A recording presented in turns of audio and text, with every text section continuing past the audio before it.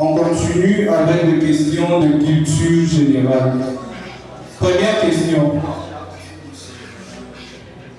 Si au football, on appelle goal, au basketball, panier,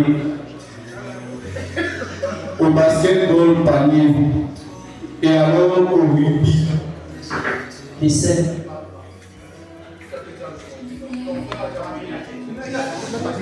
Répondez, il fallait penser à l'essai. Deuxième question.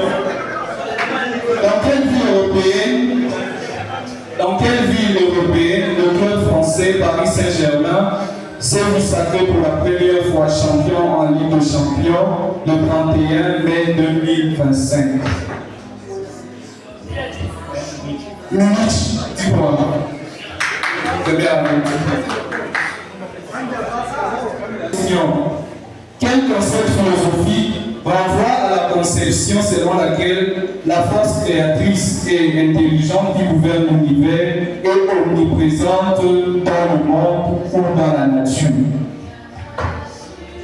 Non. Il fallait penser à l'immanence.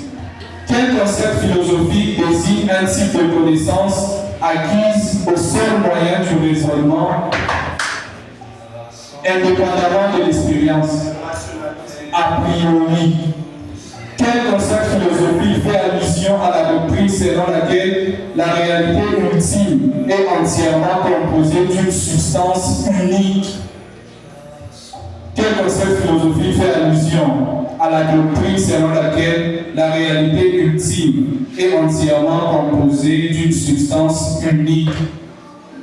Non. Le monisme, quelle doctrine? Quel concept philosophique est défini par Albert Camus comme une entité dépourvue de sens? Absurde. Dernière question. Quel concept philosophique désigne la capacité humaine à agir par la raison et non par l'instinct? Réplique. La rationalité. Je ne parle pas de doctrine. Avant-dernière rubrique, les questions de philosophie. De quel philosophe des sciences attribue-t-on cette affirmation? La science est une raison confirmée. La science est une raison confirmée. Il fallait penser à Gaston. Deuxième question. Quel critère de scientificité fut proposé par le philosophe Karl Popper? Non. La falsifiabilité, dis-moi. Énumérez 3 des accidents selon la métaphysique aristotélicienne. La qualité, la quantité, la relation d'icône.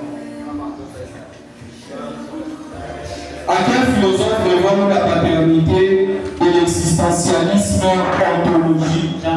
Réplique. À quel philosophe devons-nous la paternité de l'existentialisme ontologique? Il fallait penser à Martin. Dernière question de philosophie. Par quelle phrase s'inaugure l'œuvre les discours de la méthode de René Descartes? Réplique. Le bon sens est la chose du monde la mieux partagée. Dernière rubrique pour clôturer en bonté et en beauté la finale. Première question.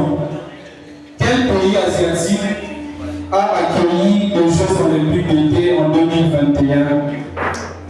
Le Japon, dis-moi. Quelle est la capitale du Japon? Tokyo, dis-moi. Qui fonda le mouvement psychanalytique dont les idées sur l'aliénation ont influencé la musique?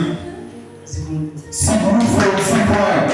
Quel terme est l'étude de l'esprit, du comportement et des processus mentaux? la psychologie du poids.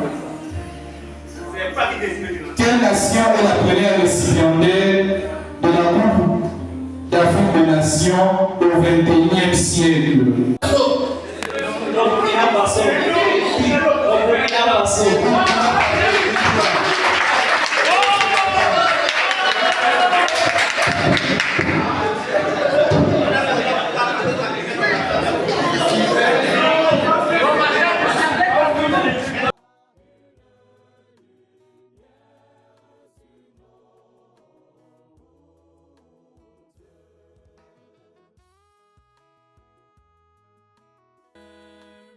Est une réflexion humble et mesurée dans la constitution du savoir et dans l'amélioration de nos connaissances.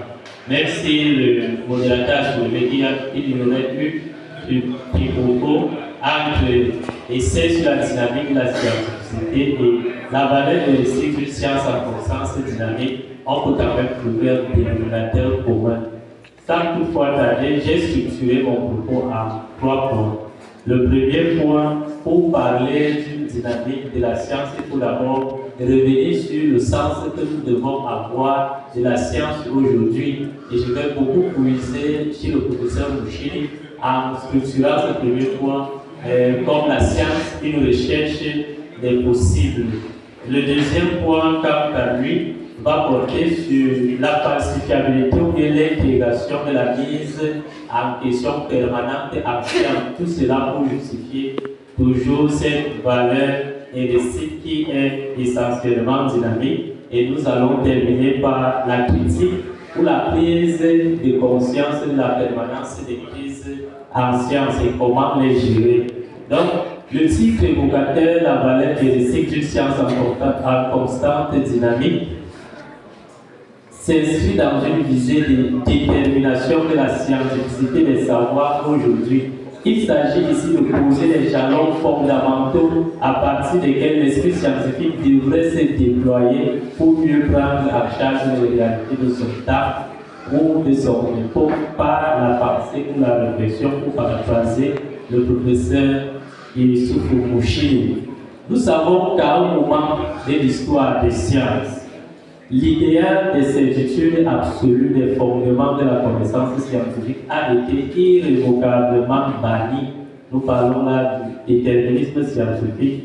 C'est dans le même sens que nous ne pouvons plus se contenter que de la définition de la scientificité fondée sur une démonstration irréfutable ou sur les vérités définitives, que nous procéderons d'abord à l'analyse du sens de la compréhension de la science aujourd'hui en termes de recherche des possibles, pour ensuite voir comment l'univers de la science intègre en son sein la remise en question permanente qui constitue d'ailleurs la clé de voûte pour une prise de conscience des crises en science qui la font progresser considérablement. Ici, dans la science, une recherche des possibles.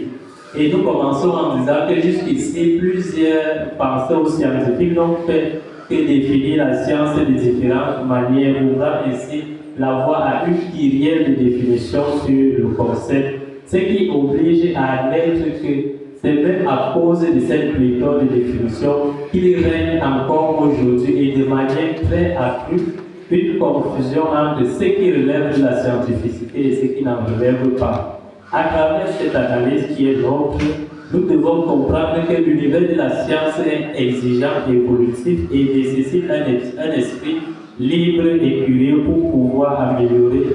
Chers camarades et chers téléspectateurs, d'avoir suivi, nous espérions que cela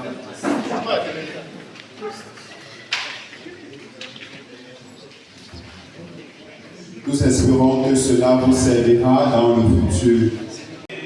Pour enchaîner et comme communiquer concernant la semence